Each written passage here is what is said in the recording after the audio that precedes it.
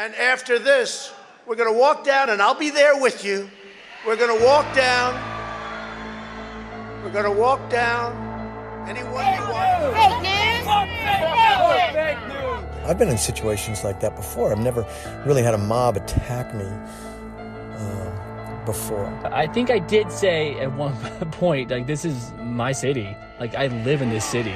And they're like, you're not safe here. Then I thought about what President Trump tweeted back in December saying, be there, will be wild. For some reason, that tweet kept popping up in my head. Fitz, you have been inside the Capitol. You were part of the these officer turned evacuations. to all of us and said, you all need to get into a locked room right now and barricade the doors. I'm Lindsay Watts, a reporter at Fox 5 in Washington, D.C. This is a podcast about the siege on the Capitol on January 6th, 2021. We were out there covering it as it happened. You'll hear interviews you haven't heard before. We're looking into the police response, the rioters, the lives that were lost after this, and the investigation into how it happened and how the country will change as a result. We start with our own stories from that day, and I want to warn you, some of the audio is offensive and violent. We're used to protests in D.C. They happen all the time, and there have been bigger crowds than the one on January 6th.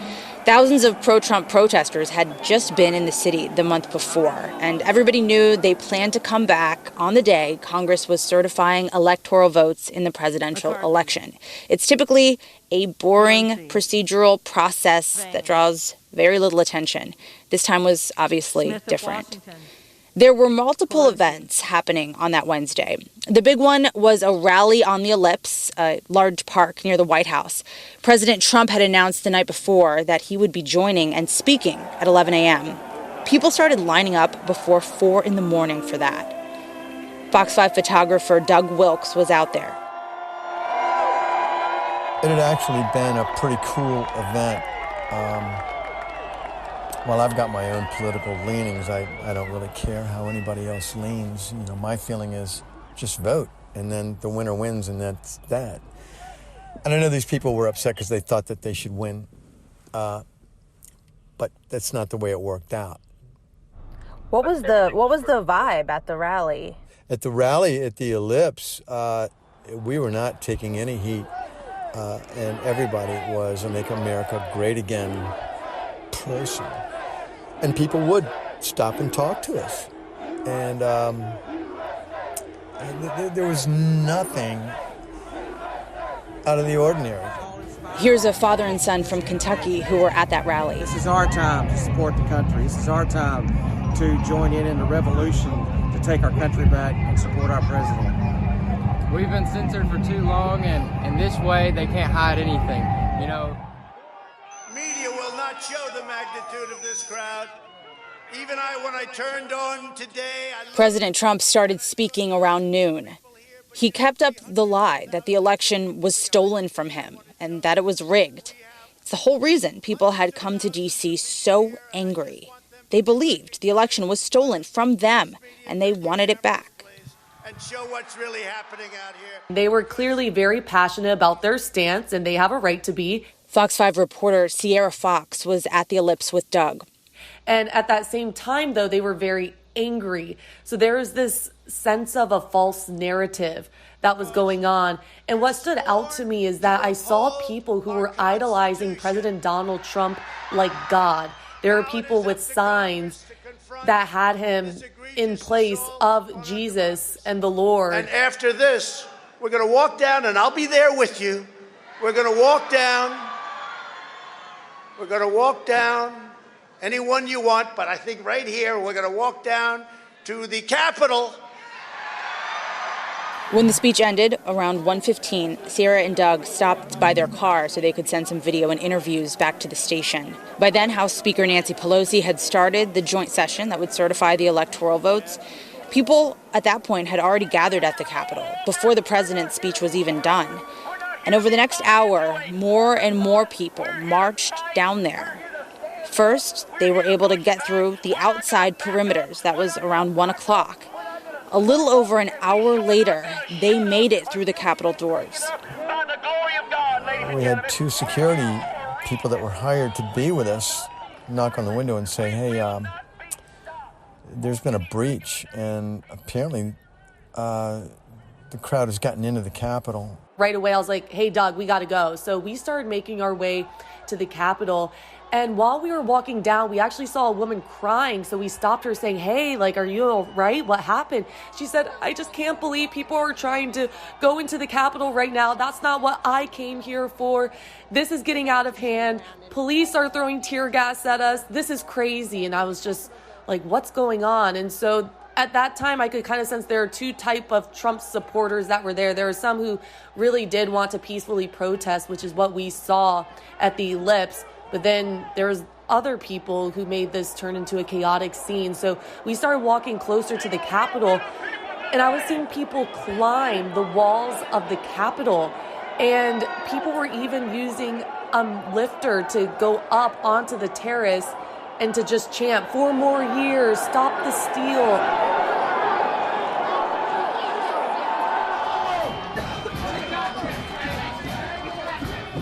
You may have watched it all play out on TV. Just total chaos at the U.S. Capitol, one of the most secure buildings on the planet, right? I mean, I think we were all asking, how in the world could this happen? Capitol Police lost control, and I'm sure you've seen the social media videos that seem to show some Capitol Police officers standing by as people walked right in.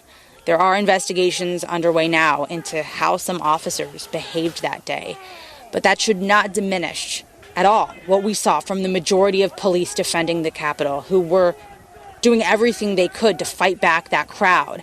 We saw rioters brutally assaulting officers. The mob mentality was on display inside and out. I got to say it was very surreal. A guy with a still camera, it didn't necessarily look like he was in the media, the mainstream media or the accredited media, but he walked by us and he said, don't go around to the east side. They're attacking the camera crews, destroying their gear and beating them up. And then he just kept walking, and it was very creepy and ominous, because it really wasn't many minutes after that a couple of guys got right in front of me, and one fellow was flipping the bird and holding it in front of my lens no matter where I turned it.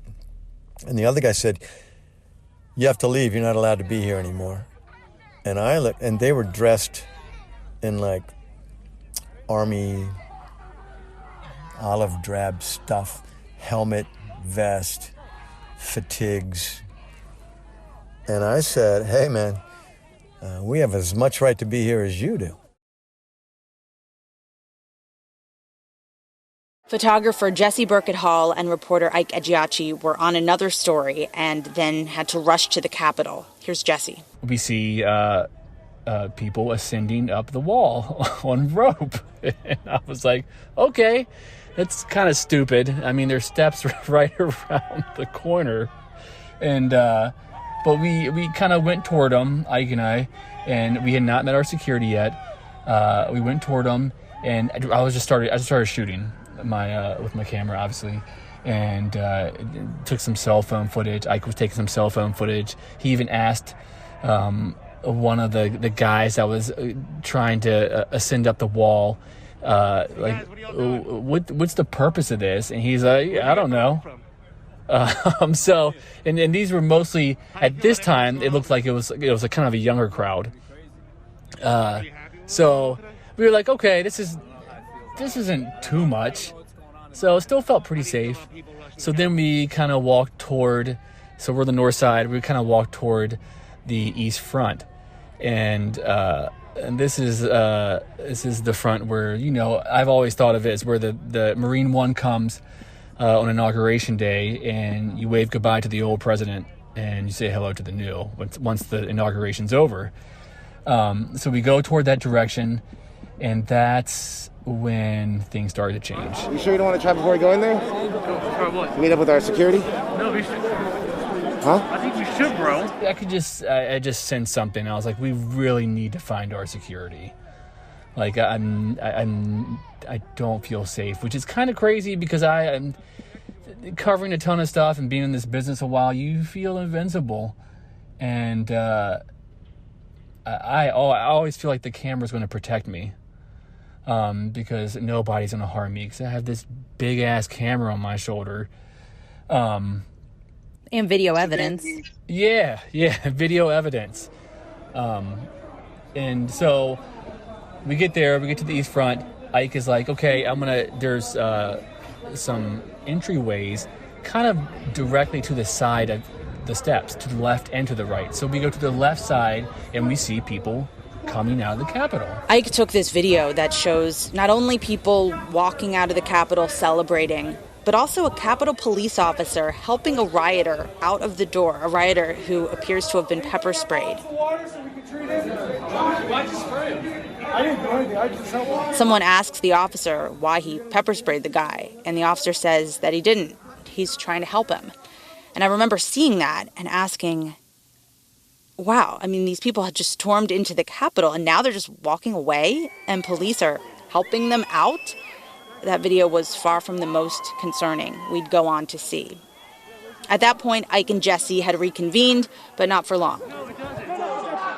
We meet up again, and we're like, all right, bro, we really got to find our security. Because he's been on the phone with them, and they're just having a hard time finding us at our location because they parked on the opposite side, I think the south side of the Capitol. And then I get a phone call from our boss. So as I'm taking the phone call, that's when it got really scary. So I separated myself because I was taking a phone call from Ike, and I was just corralled around by a group of people who started shouting down at me. With those little girl pants on. I wouldn't tell them who I was from, which may have been in hindsight a mistake. And then it was just really scary. These big white men just surrounding me in my face. I mean, literally in my face, obviously maskless, and just barking orders, barking statements at me, telling me to get out of here. And I think I did say at one point, like, this is my city. Like, I live in this city. And they're like, you're not safe here. And then the guy told me he's going to crack my head open. Did you think that they would do something to you? I did if I decide to exchange words with them. I thought if I say something, I am definitely going to get my ass beat. I was frightened. I have never been, in the 12 years I've been in this business, as frightened as I was in that moment. Because I couldn't find Ike. And I was like, I got to get out of here. I got to get out of here right now. I obviously haven't talked to you at all since this happened.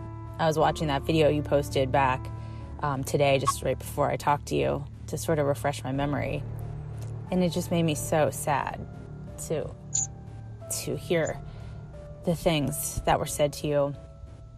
And I'm just really sorry that happened. Oh, I appreciate it. That, I think definitely like the language toward my sexuality, just based off of something I'm wearing, like that my jeans were too tight or something like that, that did bother me. It should bother me. But that annoyed me. That was up there with annoying me the most. Episode 2 is about how police responded, why some officers are being called heroes and others are under investigation. I'm a narcotics cop. I don't wear a uniform. I haven't put a uniform on in probably more than a decade. Hey, we're starting to get surrounded. They're taking the, DC officer Mike Fanone was heading into work as the Capitol was falling to rioters. He was listening to it play out on his police radio. In some of the radio traffic, you can hear officers obviously struggling. They're taking the north front scaffolding. I turned my radio on the drive into work. And my partner, Jimmy Albright, and I were communicating like pretty much nonstop on the drive into work. And we made the decision once we got into the office that, we were going to suit up and head out there. We had heard from, now Commander Glover, citywide 1033, and that the Capitol building was being overrun. Here's a 1033 at the Capitol building. It's like a rugby scrum, or like, I don't know, it was like medieval combat. You know, it's just body against body. It's brutal, physical combat. I mean, just like bone crunching. And I passed another official, Sergeant Bill Bogner, and Bill, like, couldn't see. He'd been sprayed in the face with bear mace, and he was like, I yelled out to him. I was like, "Hey, Bill, man, it's Fanone." And he was like, "Mike, man, there's officers that have been in there that haven't had any relief in like an hour. You know, they've been fighting nonstop." And I knew right away, like, I was going to try to, you know, I knew it was just me and Jimmy, but we were going to try to relieve or help, you know, whoever we could help. And I remember, like, the first officer that I get handed, he was only being held up by other officers' body weight. I mean, this guy was, like, in bad shape. He was bleeding from the mouth. I think it was Officer Hodges. I get all the way to the front of the pack, and I'm in that doorway, and I was just like, man, we need to shut these doors. And I start screaming out, like, dig in, MPD, just trying to get these tired, fatigued guys that, you know, to dig in and summon whatever fucking energy, strength they had left and get these guys the hell out of this doorway. And we did it. No doubt, it has been a devastating time for Capitol Police. They lost 2 officers in 3 days. Officer Brian Siknik was a military veteran and a Trump supporter, according to those who knew him. I was there reporting as he was honored at the Capitol nearly a month after the riot, one of 5 people in the nation's history to lie in honor in the rotunda. A day before his interment. Fox 5's Lindsay Watts live outside the Capitol with more on how Officer Siknik is being remembered and the investigation now into his homicide. Marina, a very solemn and sad night here at the Capitol. This viewing began about an hour ago and it goes overnight. Let's show you some video now of this remembrance. The Capitol police officer who took his own life, Howard Liebengood, was a 15-year veteran of the department. His father was a former sergeant-at-arms at the Capitol. His family hasn't spoken about his death or his state of mind, which is understandable. They don't ever have to speak, despite all of the questions that people have. A family spokesman told me they still aren't ready. The week after the riot, I was out reporting on his death from the Washington Monument, where dozens of American flags all around the monument were at half-staff for both Officer Liebengood and Officer Siknik. And more than any other night during the riot or since then, I felt overwhelmed. It didn't happen right away. It came as I was shooting a taped part of this story that was going to air later in the night. This is a difficult time for so many in our country for so many different reasons. Sorry, I don't know why it's making me like kind of sad to say this.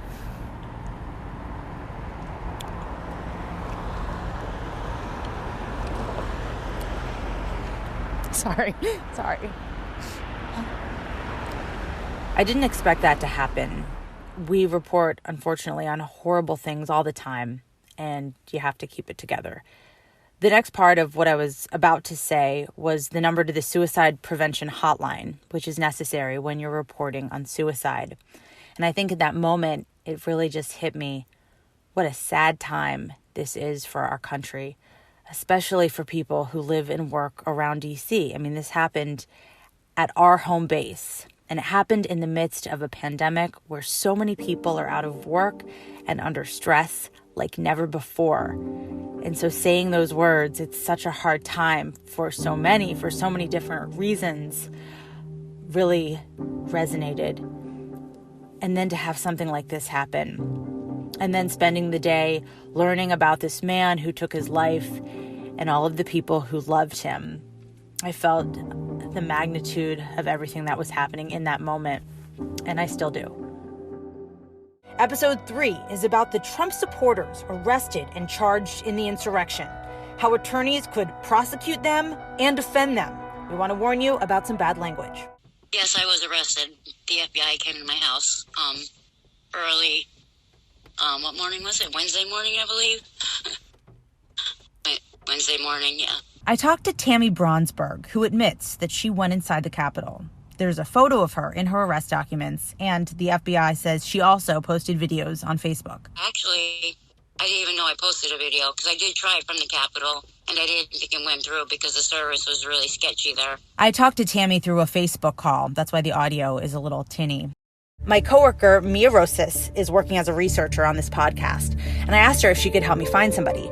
She had the idea to try to get Rod Rosenstein, who was number 2 at the Justice Department under Trump and the former U.S. Attorney for Maryland. He agreed to talk. I guess I've done a couple of print interviews, but I don't think I've done any TV. Episode 4 is about a family that will never be the same after the attack on the Capitol, a house divided. We were a party of 5, and that's been fractured. And it's really hard for me as a mom to swallow that, I'm dealing with both sides of it. My husband being gone, my son being gone. It's just a hard thing, all over politics. Nicole Reffitt's husband, Guy, is in jail as of this taping. Guy is a father of 3. He has a 23-year-old daughter, a 16-year-old daughter, and an 18-year-old son. I talked to Nicole on Zoom from their home in Wiley, Texas. You heard Nicole say the family has been fractured over this. She and her husband have different politics than their kids, but it goes a lot farther than that. Their 18-year-old son, Jackson, has publicly come forward saying he tipped off the FBI about his dad 2 weeks before the riot. He says because he was worried then about what his dad might do. I also talked to Jackson over Zoom. He didn't want to disclose where he was. People say I'm brave, but I was more scared. I was more worried about not only myself and my family, but my dad and what he might do. What was it specifically that prompted you to make the call? I don't recall, but it's been building up for a while. Nicole gave me the home security video. It shows 5 FBI agents running toward the house. Several seconds pass, and another group comes running, triggering a neighbor's motion lights and then going around the side of the home. An armored vehicle pulls into the driveway, and then...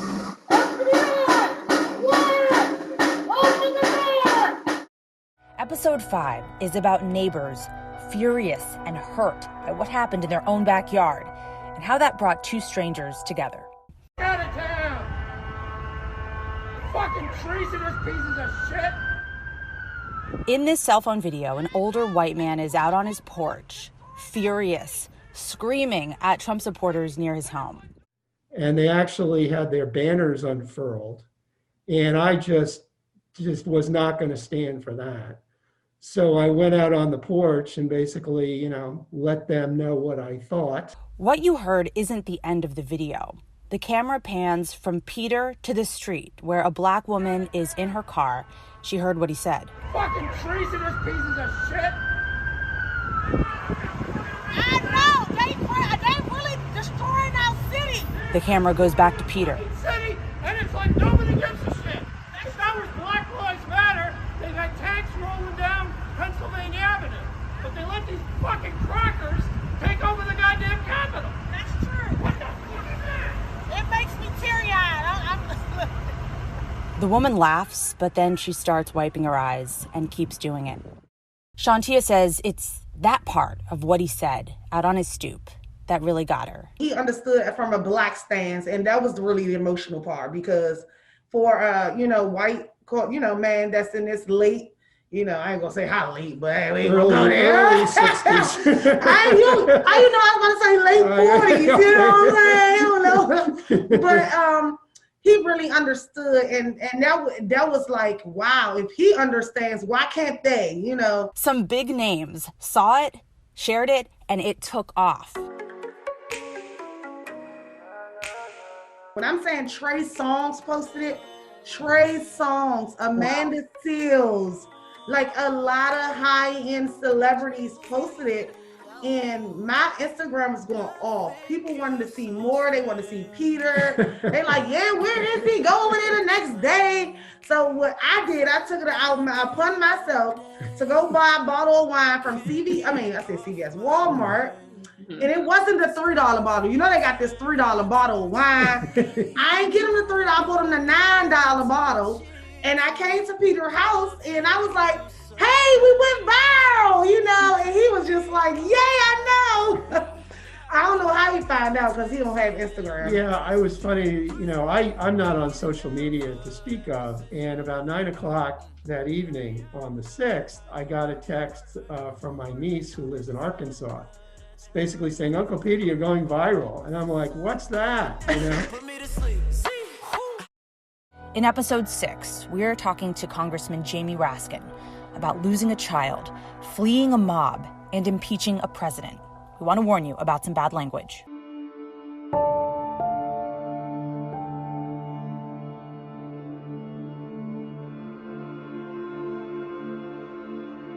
Raskin is a Democrat from Maryland. He was actually my representative for a little while when we were living in Silver Spring. The reason his family came with him to the Capitol that day was for moral support, so they could be together while grieving a devastating family tragedy.